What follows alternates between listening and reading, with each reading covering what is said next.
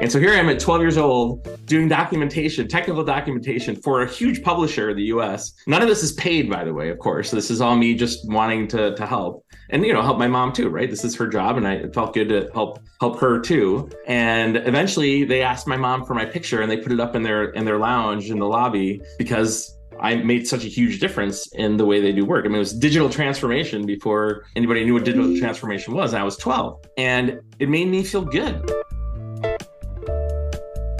Welcome to Latinx in Power, a podcast hosted by Thaisa Fernandes.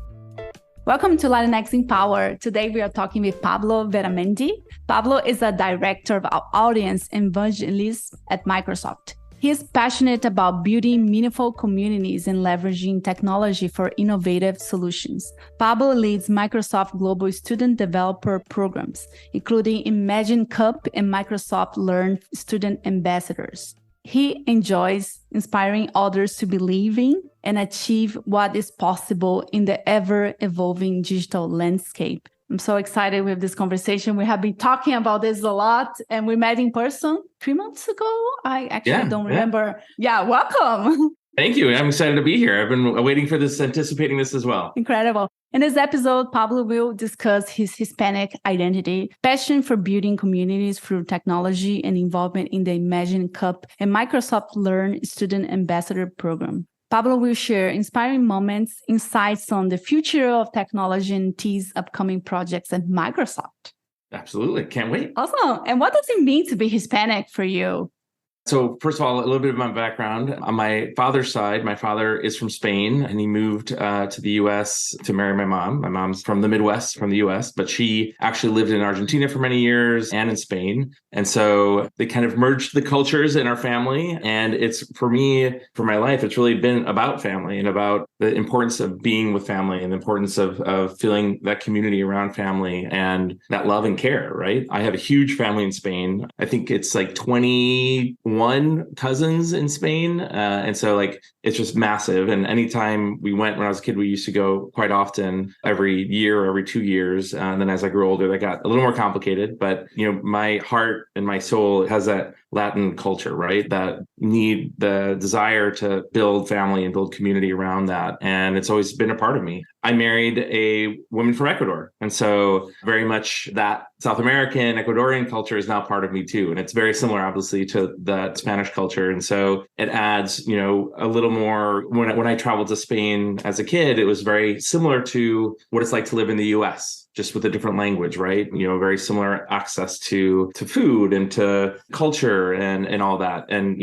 traveling to South America really changed my perception of what life is like for most people around the globe, right? And while my wife and her family is very upper middle class or upper class, really probably for Ecuador, as you travel through Ecuador, you see a lot more poverty. You see a lot more people that are struggling every day to make a living, and that had a really deep impact on me, I should say. And so something that I've carried through my life, wanting to make a difference, wanting to be able to lift up communities and caring about those communities, and it's been something that I strive to do both in my personal life with my own family. I have 2 kids, and we, very much imbue the Latin culture with them. We always sit at the table together. We try to speak in Spanish at home as much as possible, and show them the importance of family. So that's something that we hope that they take with them as well. And so, yeah, it's very much part of my cultural identity. Although I was born in the US and obviously grew up in the US culture, I've always kind of felt that I don't fully belong to the US culture, but I also don't fully belong to Spanish culture. I also don't fully belong to Ecuadorian culture. So I feel like I'm kind of in the mix in all three, but don't really identify as any of them fully because I never lived in Spain. I never lived in Ecuador. And then living here, I never felt like, full 100% American, right? I'm dual citizenship as well. So yeah, it's interesting. It's a complex question, but I can touch on the surface of it, and hopefully we'll get to dive in a little bit deeper with some of the other questions you have. Yeah, incredible. I love your overview. I can definitely relate to that. And actually, I need to commission someone to make a drawing of that because I always see myself now as a bridge between US and Brazil, because here I quite don't feel that I don't know, not exactly belong, but I feel like different And then when I go to Brazil now, I feel different as well. And sometimes my friends joke, oh, you're a gringa, you know? And I think like being this bridge is kind of like a beautiful way to see our situation, right? We I like belong to those places, and I like to see that I try to combine the things that I enjoy from the culture here and the things that I enjoy from my culture, the Latin America culture, that I can marry those two. And, you know, it's interesting. I love that you mentioned that. Yeah, and one thing I would say that I also struggle with is that, you know, I have zero English accent, right? The only thing that really would identify me as Latino is my name. But a lot of people see my name and they see Pablo and they're like, oh, maybe he's Spanish, but they see Veramendi and they have no idea what Veramendi. They think maybe he's Italian, like they have no clue, right? And so sometimes I feel, you know, guilty that like people can't identify me by who I am. They don't know unless I tell them, right? That, you know, my heart is Latin or that's what we're bringing to our family. And so I struggle with that a lot because, again, no accent. If you saw me walking down the street, it's not like you'd say, oh, this guy is, you know, from Spain or whatever. And so although the eyebrows sometimes sometimes give it away. But yeah, it's something I struggle with too, in terms of like, you know, how do I want people to perceive me? And yeah, it's interesting because I kind of, I can fully be in either world at any time, right? If I wanted to, I could pretend that I'm not Latino, right? Mm-hmm. Sometimes I might do that and not even realize it. And in fact, when I was a kid, we grew up, my brother and I, we grew up speaking Spanish, and we lived in Dixon, Illinois, which is like the middle of nowhere, 2 hours west of Chicago. And we were the only Spanish speakers in the entire town. And so my brother and I grew up speaking Spanish, but then kids would make fun of us because we were the weird kids that spoke Spanish. And I had the strange name. My brother's name was Gregory. So it was a little more, well, I don't know about common, but a little more, you know, English based. And so my brother and I at some point said, okay, we're not speaking Spanish anymore. We don't want to be associated with Spanish because these kids are making fun of us, right? And so we ended up speaking only English at home. And my sister, when she was born, she was 8 years younger than me. We changed the dynamic of the household because we were only speaking in English, right? And so she actually grew up not in an immersive Spanish environment like my brother and I did. And it was because we kind of were ashamed, or we were embarrassed that we were different, right? And that hurts. That bothers me, like when I think about it. But we're young, we didn't know any different, and didn't really know how to deal with that dual identity, I guess. Yeah, absolutely. And yeah, you touched in a lot of important things. And coming back to what you said, that people not being able to recognize that you are Hispanic, Latino. And it's very interesting because I will blame them. I will blame the other folks, because I think a lot of people don't realize how diverse we are. And sometimes they have this idea of how like a Latino look like. And if you don't fit this imaginary mold that they have in their mind, that I will also blame like the cinema, like the movies and like the media in general, because they portray us in a certain ways. Yep. And a lot of people don't realize how diverse we are. And I usually say that I recognize if a person is Brazilian because of first their accent, that is like my accent too, and also body language. Like I can recognize if someone is like, I don't know, from Latin America because of the body language, or I don't know, the way we speak. Because if you look at someone, you cannot say, because we are so diverse. And I feel a lot of people don't recognize that. For example, I have been living in US for quite a while. My partner, he is Japanese Brazilian, and he looks Japanese, and people get very confused when they look at him. And I was like, oh, are you like, I don't understand. And I was like, dude, we are diverse. And we are super diverse. And I think a lot of people don't realize that. But I feel like now it's interesting moment because we are talking a lot about this. So hopefully people, they're understanding better how diverse we are and how amazing it is to speak two languages, or in some cases 3, 4. This is incredible. Absolutely. And I think, as a culture too, we're transforming. I mean, I just watched this Disney movie with my kids the other day on Disney Plus. And when I started it, it said, I can't remember exactly what the disclaimer is, but this movie was made in a time where things were different. I can't remember what the disclaimer is, but it's because the portrayal of, I think this case, it was Peter Pan, and they had a really terrible portrayal of, Native Americans or I think they're portrayal of Native Americans. And so they have these disclaimers now. And like what I try to do with my kids is tell them why that's there. They may not even notice it, but I'm like, hey, let's pause on this for a second. And this is here for a reason. I'll explain when we get to that place why they have it there. But like you said, it's part on other people, right? But at the same time, it's our culture, not only in the US, but globally, and how those cultures have been portrayed and how that has a lasting effect. And yeah, we are starting to break that down, and podcasts like this and people like you that are having a large impact on that by getting people to talk about it and getting people to listen and hear about it, right? And telling their stories. And so I think it's super important. Yeah, absolutely.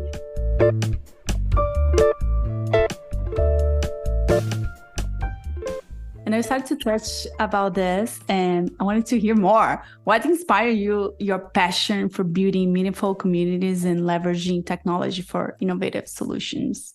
So, I mean, the tech thing is just, I am a geek. Like, I've always been somebody that likes technology and wants to understand how technology works. I think for me, it started with Legos, like just kind of being able to build things and take them apart and build new things and combine different things together. And my mom is an author, so she got a computer at a very young age. Well, I was at a very young age in the family. I think it was like 8 or 9. And it's like one of the first computers anybody that I knew had. And I'm aging myself here, but I wanted to understand how it worked. And I wanted to play games, really is what I wanted to do, is play games. Nobody can see this, but I have floppy disks, actual honest to goodness floppy disks on my wall behind me, because that's one of the first games I played on a computer. And that really started my journey with tech. And part of it turned into this like new me as the one that could help them with technology. And that made me feel good, right? Like my neighbors, like they knew that I could help them with their computers. I actually ended up helping my mom. She's an author. And back then she would have to print her manuscripts and ship them via FedEx to her publisher. And she would always be rushing out the door at the last minute,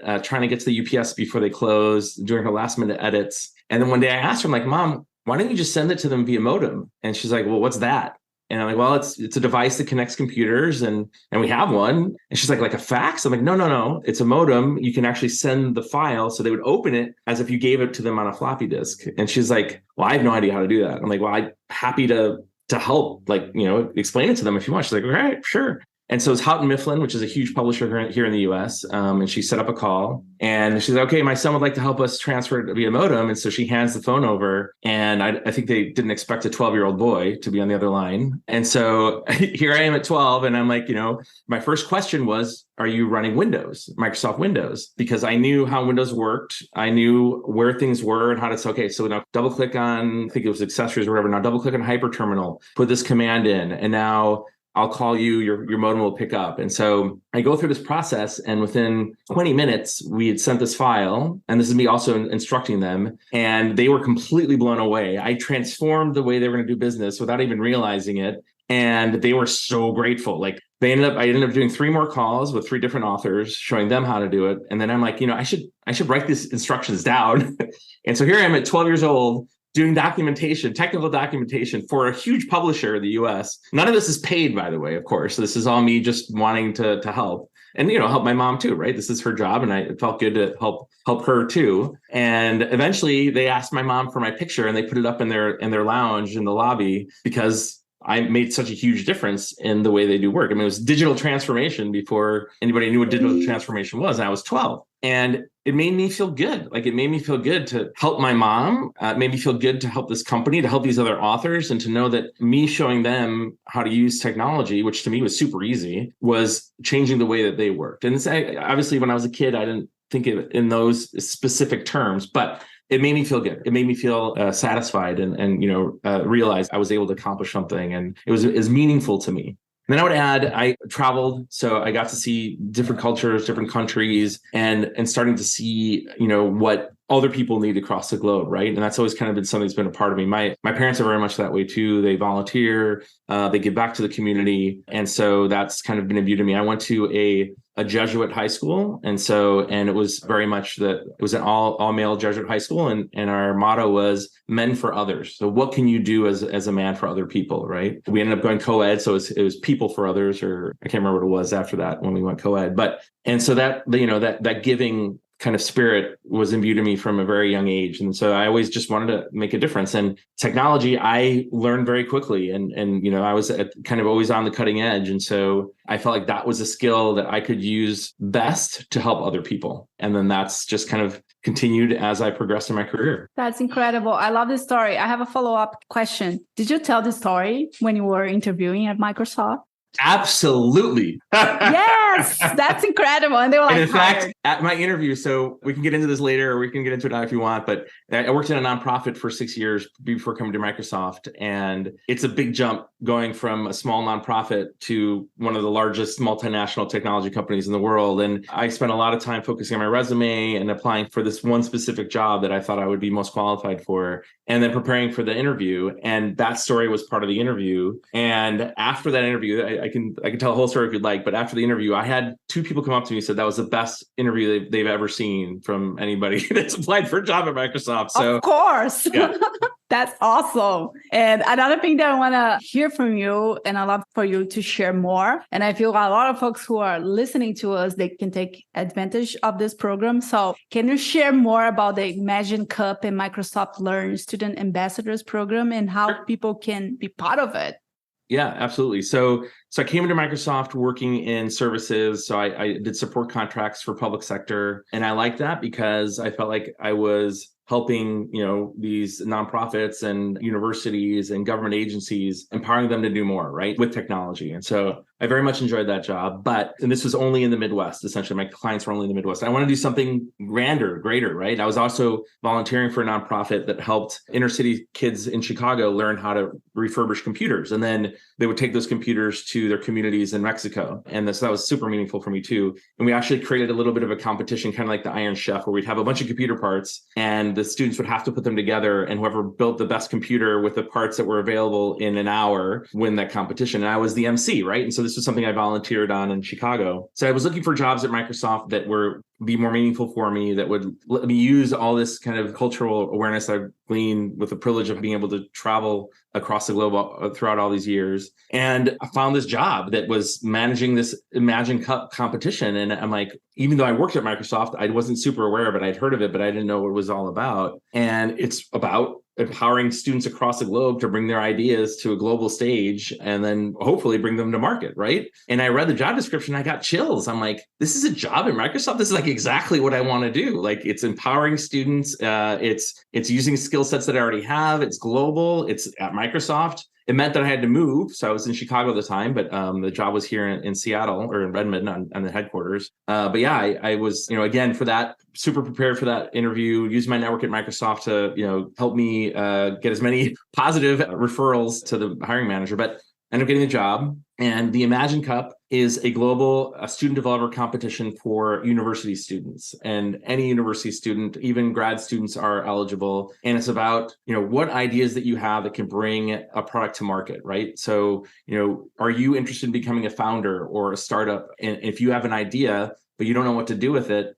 at Microsoft, we'll give you the tools, we'll help you find your team. We will give you credits for our cloud services, even OpenAI, which is an organization that we partner with, to help bring those ideas to life. And then we help you prepare to learn how to pitch to investors. We help you think through your business plan. It's really an incredible journey that students go through as part of the Imagine Cup. And every student that I talk to says, don't even think twice, just register. Go to imaginecup.com and click on register and just look to see what's available to you, because there's so much that Microsoft has for students. We have, like I mentioned, Azure credits. So you don't have to use your own money to build something. You can get cloud credits. We have trainings. We have tons of trainings that you can do online for free to help you take that first step into artificial intelligence or into building a cloud application. And so it's really this amazing thing that I get to lead, right? That I get to help direct and kind of bring these students together from across the globe to compete. And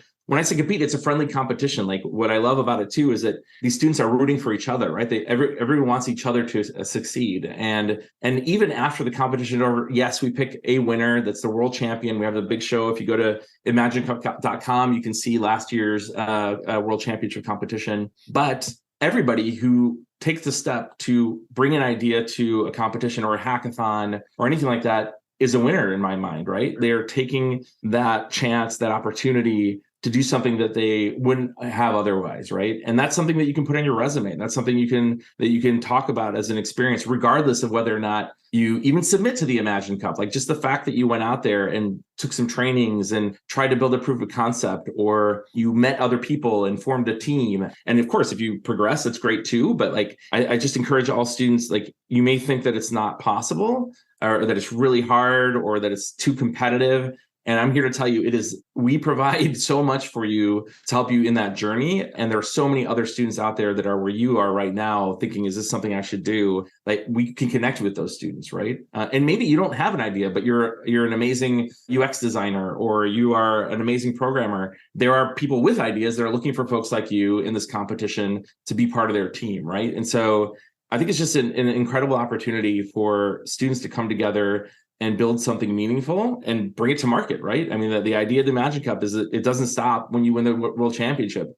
Or it doesn't stop if you don't make it to the World Championship. We want each and every one of the teams that are building something, that are bringing something to life, to make it to market, to bring their amazing ideas to the world, because nobody understands the needs of their community or the world better than the university students that live there, right? Especially with all the changes our world is going through. You are all at this amazing moment where you can have a ton of impact, and this competition is one way you can do that. That's incredible. We are going to link to the description of this episode so people can take advantage of that and learn more. And personally, I was at the Microsoft Build and I was able to see like the winner, learn more about the projects. And to me personally, it was very inspiring. I imagine for folks that are that young and having this opportunity and having the support of Microsoft, it's a game changer. And we just talked about how sometimes for folks from Latin America, folks from developing countries, how things are hard in terms of access and even like getting inspired, right? Because sometimes you are the only person in your entire family or your entire like friends who are interested in technology. And sometimes you don't have someone to get inspired by, or you don't have the resources. So having the support of Microsoft, it's incredible. So very, very excited that you're sharing more about this incredible program. Well, it's interesting because Satya, so our CEO, Satya Nadella, mentors the winning team every year. And so multiple times he said during the mentorship calls, he's like, I was not doing what you were at that age, right? He is blown away by what these students are coming up with and what they're bringing to a global stage. And this is the CEO of one of the largest companies in the world, right? And so there's so much potential out there, untapped potential in students. And like you said, especially in countries where they don't necessarily have access to this kind of thing, like this door is open for you, right? And so I just encourage you to walk through the door and see what's on the other side and take advantage of all of the opportunities that we have at Microsoft for you. And if you've already done a hackathon and you already had started an idea, you can bring that too, right? So it doesn't have to be something new that you have to develop just for this. It can be if you have a class project that you're working on or a thesis or something or whatever, all that are things you can bring to the Imagine Cup. And win $100,000. I mean, that's a lot of money. Yeah. You forgot to mention this small detail, right?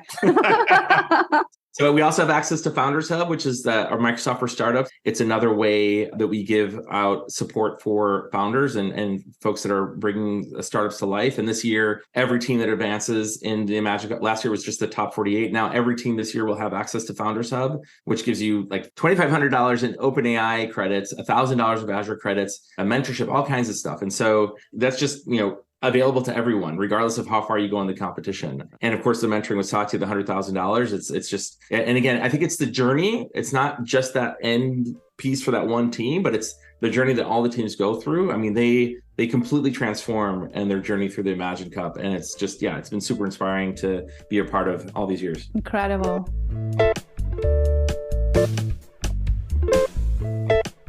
Now, I wanted to ask you, after leading these programs for so many years, I wanted to hear from you, what are the most inspiring, insightful things that you have seen? I mean, I think that what's the most inspiring in general is just the desire that these students have to empower their communities, right? And to make a difference in the world. And so last year's winners, for example, Team Tawi from Kenya, they created an app, which, in and of itself doesn't seem like that impactful, but like when you plug it into all the different things that they are trying to solve for, it's amazing. And so what it does is it essentially uses any cell phone, any Android, and they're creating an iOS app too, like down to Android version 5 or something, that you can just use your phone to not only get a live text to speech or speech to text of what somebody's saying, but it can also focus in individual and amplify their voice. And the reason they created it was because one of the team members' brothers suffers from APD, which is essentially an auditory processing disorder, which makes it harder for them to process what they're hearing. And so like in a classroom, for example, where there's other students making noises or there's other ambient noises, and trying to focus on the teacher is very difficult for them. And so they created this app that would essentially amplify only the teacher, and not only amplify, but also show you the text on your phone at the same time to help them focus and concentrate and understand what's happening. And it seems like a simple thing, but it's using a lot of AI. It's doing it in real time, and it's just incredible. And it's also using a commodity device, right? So it's not like hearing aids cost, anywhere from $3,000 to probably $10,000. And for kids in Kenya, that's not something that they can afford, right? So they are missing out on education. They are missing out on being able to participate in conversations because of this audio processing disorder. And this app helps solve that for them. And it's just really incredible to think about, like, the difference they want to make, because this is a need that they've seen. And I think that they said it affects like 5 million students 5 million youth in Kenya, whether or not they're students. And so, that can have a huge impact. That they were just focused on Kenya, and during the Imagine Cup, we can open this up to the world, and there's just a much higher need for that, right? And so that's incredible. There was a student team back in the day that created a bionic arm that essentially uses commodity devices, an Arduino device inside the hand. It's a 3D printed prosthetic hand and has a camera on it. And so all it does is it takes a picture of the object as you approach it, and then decides on what kind of grip the finger should use to pick up that thing. And also, like, it seems like a simple idea, but they built it for like, I think $250 of commodity components, right? An arm that connects to, somebody that can do that kind of thing is usually like tens of thousands of dollars, right? And so this just makes it so much more accessible, and also for people that wouldn't otherwise be able to afford it, right? And it can change, it changes their lives. And what's inspiring about them is that not only did they win the Imagine Cup, and they had a demo failure actually at the World Championship, but they still won, which is awesome. If you want an example of how to keep on rolling after a demo failure, go check out the 2018 Imagine Cup World Championship. They went through it and they still won, and they're bringing it to market. They've gotten funded. And I think they're just in the process of bringing their first device out to market this year. And so it's just incredible to see and to think about, like, all the different use cases that, like, that you and I may not think of, because it doesn't impact us, right? But it impacts so many people across the globe. And that's what's so incredible, is that the students, that's what they're thinking of, right? Is how can I make a difference? How can I empower others? And it's super inspiring. That's incredible. Do you want to talk more about the Ambassadors Program? Yeah, I'd love to. So I've been doing the Imagine Cup for 8 years now. And about 4 years ago, our student ambassador program, they were looking for a new leader. And so I'm like, I want to do it, right? It's students. I love students. I love empowering them to do more. And so I took that over and have been leading that. My team has been leading that for the past 4 years. So the student ambassador community is all about students that are passionate about tech and want to share that passion with others. You apply to be in the program. Once you join, we give you a ton of benefits to be able to share that. So we give you a bunch of learning that you can do online, virtually. We have other ambassadors that are constantly doing workshops that you can join and learn more. You can partner with them on projects. There's a lot of ambassadors that bring their projects to the Imagine Cup. It's over 3,000 students in 104 countries across the globe. And it's just this amazing to be part of this vibrant, diverse community of folks that are passionate about technology and passionate about, skilling themselves up, skilling their communities up, and really having an impact. And what I love about it is, like I said, 104 different countries. You can pretty much go anywhere, you can find an ambassador, right? And they're working on their campuses to essentially show other people what they can do with Microsoft products and technologies, right? And showing them how they can use their knowledge of that tech to make themselves more employable, or to be an entrepreneur, and to bring their ideas to market. And so it's really amazing to be part of this community. And all the ambassadors are so grateful to have the space, right? To have the space not only that they feel like they belong in, like you mentioned before, there may be students out there that they're the only ones that are really interested in tech and they don't really have anybody else to talk to about it. Well, this is the place you can do that, right? And meet other people. And, we've been very intentional about making sure that women feel welcome and are part of the program. I think we have over 40% of the program is women today, and that's amazing, right? And that's something that we need to keep on working on, that we need to keep on showing everybody, not just women, but any gender minority or any diverse, person in the planet that is able to participate in something like this and should participate in it, because we're a very welcoming community and just, love to have more people come in and share their passions. Incredible. How do you see the future of technology evolving, and what impact do you think it will have on society? Well, it's interesting. If you asked me that 6 months ago, I would have a completely different answer. But now with AI, like, it's progressing so quickly. For me, for both Imagine Cup and ambassadors, it's so important to, instruct and show students the value of being responsible with AI, right? Because it is already completely changing everything. I'm excited about it. I worry about it too. I had a call with a bunch of students and I asked them how they want to use AI anonymously, and somebody put to cheat. And, I'm like, and this was in the program, right? I'm like, really? A, why would you put that in there? But B, like, don't use AI for that. Like, you need to use it to supplement you and kind of help you do things, not to cheat your way into things, right? And so I think that that's going to be a really hard thing to show, because it is easy to take advantage of AI to do things that, you can pretend are yours, right? But they aren't. And I'll say, like, we've seen the applications to the ambassadors change drastically from when before ChatGPT and today. They're much more verbose. The English is way better, and that is not a coincidence, right? And we know that ambassadors are using it. And you know what? It's okay, because we require that the applications be in English. So if you want to use it to grammar check and to make sure that, like, the English, the wording is proper and good, awesome, right? But they need to be your ideas, right? They need to be your thoughts. And if you start down that path of just trying to, like, skip the line or cheat the system using AI, at some point it's going to catch up to you. And so I feel like my job and our job at Microsoft is to make sure that this next generation is using it responsibly and is using it in ways that will help supplement. We call it the co-pilot, right? That be your co-pilot. That it's something that helps get you to your destination, but is not the one that's driving, right? It's not the one that's taking you there, because you need to learn. Like, all the stories that I was telling you, the stuff that I told you when I was a kid, all that was from lived experience, right? From things that I did to learn about it. If I had just asked an AI how to better send a file, and, like, I didn't learn anything, right? I would be like, okay, great. Here's your answer, right? But really, the future is knowing how to use AI for good, really, to be better at what you're doing, right? To be better communicate, or to help throw ideas back and forth, right? To ideate, but not to be the one that's doing the work for you, right? And I think that we're at this precipice right now where it's evolving so quickly that we really need students across the globe and everybody really to be aware of the way they should be using it, not the easiest way to use it to get ahead, right? And so that's my concern. But I also think there's just a lot of positives too, because there's so much that it can help. Like I mentioned before, like, if English is not your first language and you're applying for a job or applying for something, use it to help, check that. We have students that do blogs, ambassadors that do blogs in English, and we would help grammar check them and send them back and forth. And I'm like, hey, just run it through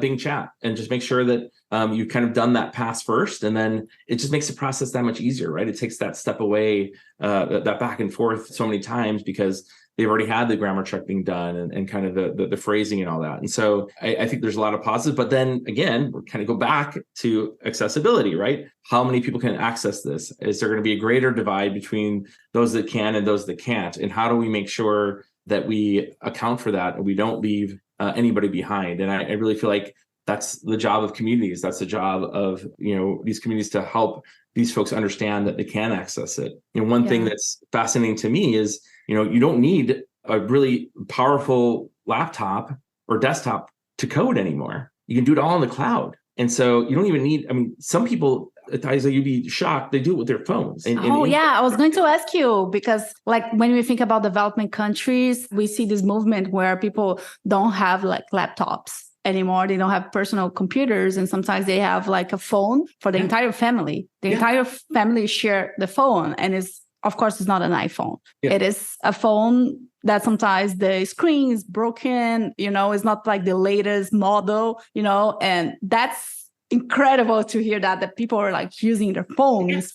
All they need is a connection to the internet, and they can do it through VS Code online. They can do it through a virtual machine and have that machine be in the cloud. And by the way, the credits that you get for free from Microsoft through Azure for Students or through GitHub Student Pack, all of that can be used to do that. And I encourage you all to experiment with it. If you're like, oh, I can never be a coder or never do anything like this because I don't have a computer, that is just not the case anymore, right? I mean, there's just so much you can do. It's not easy. Don't get me wrong. The phone screen, like you said, small, cracked, shared by the family. Those are challenges, but I encourage you to see if you can work through those challenges and try and see what you can do, because there's so much you can accomplish on a phone that before required a $3,000, $5,000 development desktop. You can now do it on a screen, any screen, right? And so I think that's huge. And also AI is also accessible via those screens too, right? And so that's changing, but still, like, I think that those that have and those that don't, that gap is going to widen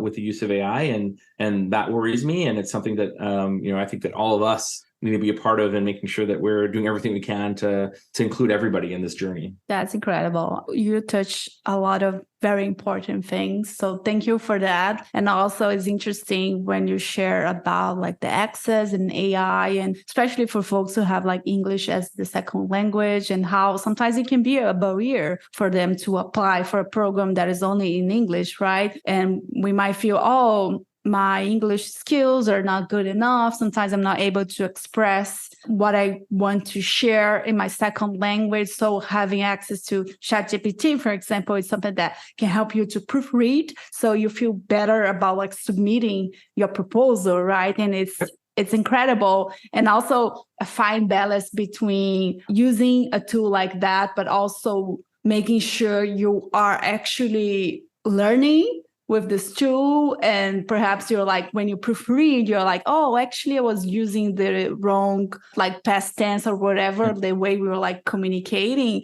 And I feel like for me personally, I studied English my entire life, but when I moved to the US, it was very, very hard. And especially in a work environment, right? And a lot of like tech companies, we rely a lot of like written communication. So I always felt like my writing skills in English wasn't good enough. And the way that I decided to do that was start to write blog posts about like technology, product management, program management. And I remember in the beginning feeling very insecure and knowing that I was writing a lot of things wrong. But now I had this process where I have been writing since 2016. And now like I feel very comfortable writing in English. And I had this process where I was like, I don't know, not so great, but like improving. And now folks can use like ChatGPT to proofread, which is amazing. But at the same time, find balance between not relying so much in a tool, but actually learn with the tool, and so we can improve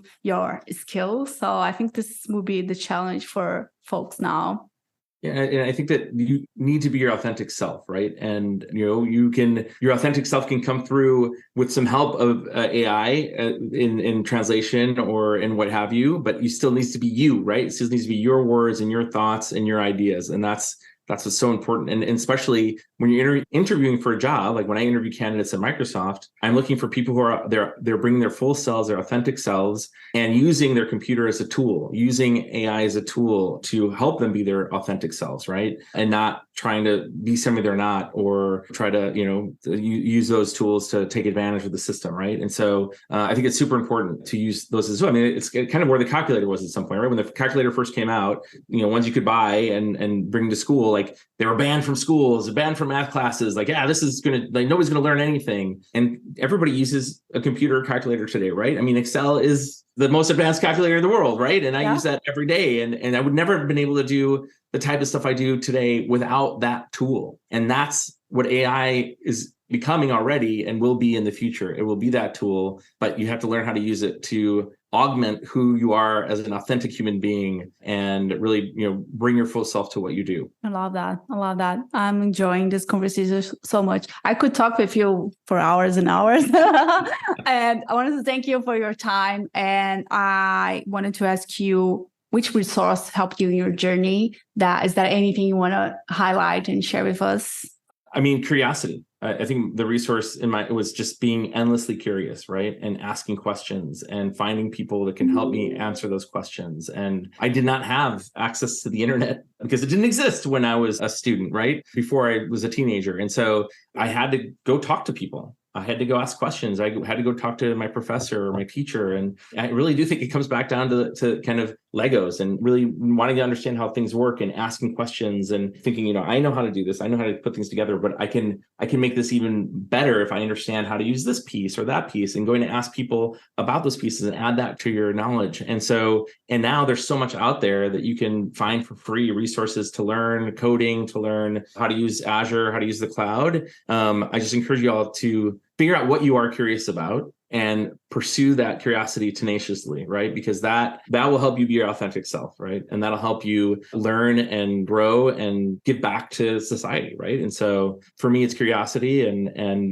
there's so much to be curious about, and there's so much out there to learn nowadays that I just encourage you all to take advantage of the resources that are out there. I do have to pitch both. So Imagine Cup is at imaginecup.com. So if you're interested to find out more, please go to www.imaginecup.com. And Student Ambassadors is studentambassadors.com. So just take that first step. I don't know if I could be an ambassador. Just go look at the application and see what the questions we ask, because it's much easier than you would think. And we're just looking for people that are passionate about technology. And there are a lot of people out there, right? And again, if you feel like you're kind of in a place where you're the only one that you're passionate about it, there is a world of students out there that are passionate about tech that would want to share that with you. So would love to see any of you join either the Imagine Cup or Ambassadors. Incredible. Love that. Thank you so much for your time. I want to leave the last minutes for you to share anything you want to share, and also where people can find you. And we are going to link to the description of this episode, everything you're sharing. Yeah.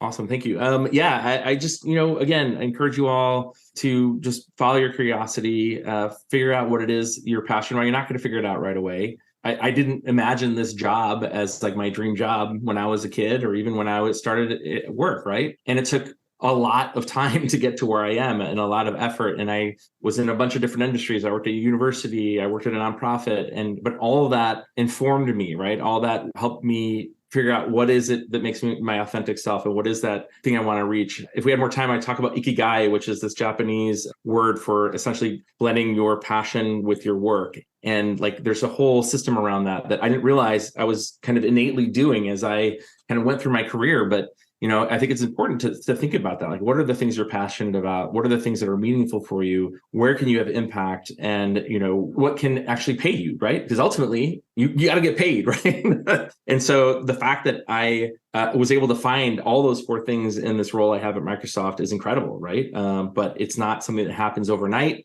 It's not something that you can just snap your fingers and you get to. It's not like you're going to go out there and find your dream job. If you have an idea that you want to bring to market, it's going to take work to do that, right? But there are resources out there to help you. And Microsoft has so many resources for students, student entrepreneurs, for folks that want to bring their ideas or want to grow, that, just encourage you to come check it out.